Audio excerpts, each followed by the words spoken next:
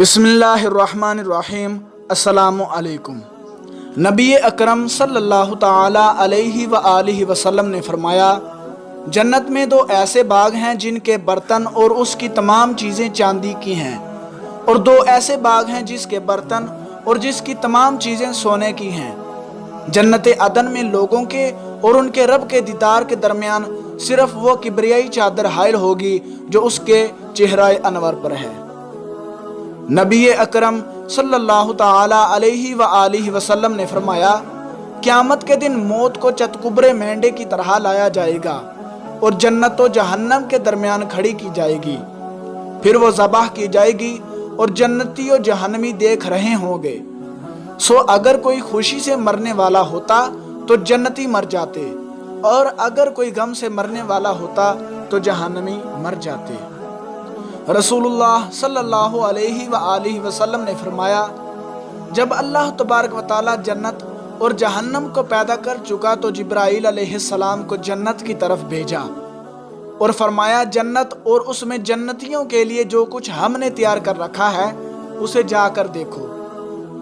آپ نے فرمایا، وہ آئے اور جنت کو اور جنتیوں کے لیے اللہ تبارک و تعالی نے جو تیار کر رکھا ہے اسے دیکھا۔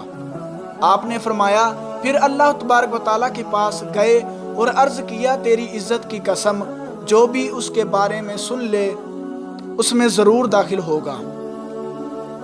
پھر اللہ تبارک و تعالیٰ نے حکم دیا تو وہ ناپسندیدہ اور تکلیف دہ چیزوں سے گھیر دی گئی، اور اللہ تبارک و تعالیٰ نے فرمایا، اس کی طرف دوبارہ جاؤ اور اس میں جنتیوں کے لیے ہم نے جو تیار کیا ہے اسے دیکھو۔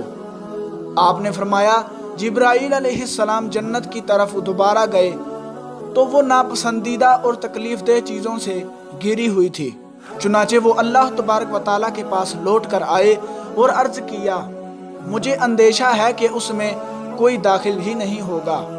اللہ تبارک و تعالیٰ نے فرمایا، جہنم کی طرف جاؤ اور جہنم کو اور جو کچھ ہم نے جہنمیوں کے لیے تیار کیا ہے اسے جا کر دیکھو۔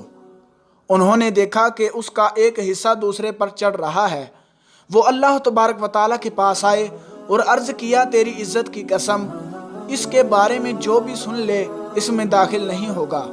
پھر اللہ تبارک و تعالیٰ نے حکم دیا تو وہ شہوات سے گھیر دی گئی۔ اللہ تبارک و تعالیٰ نے فرمایا، اس کی طرف دوبارہ جاؤ۔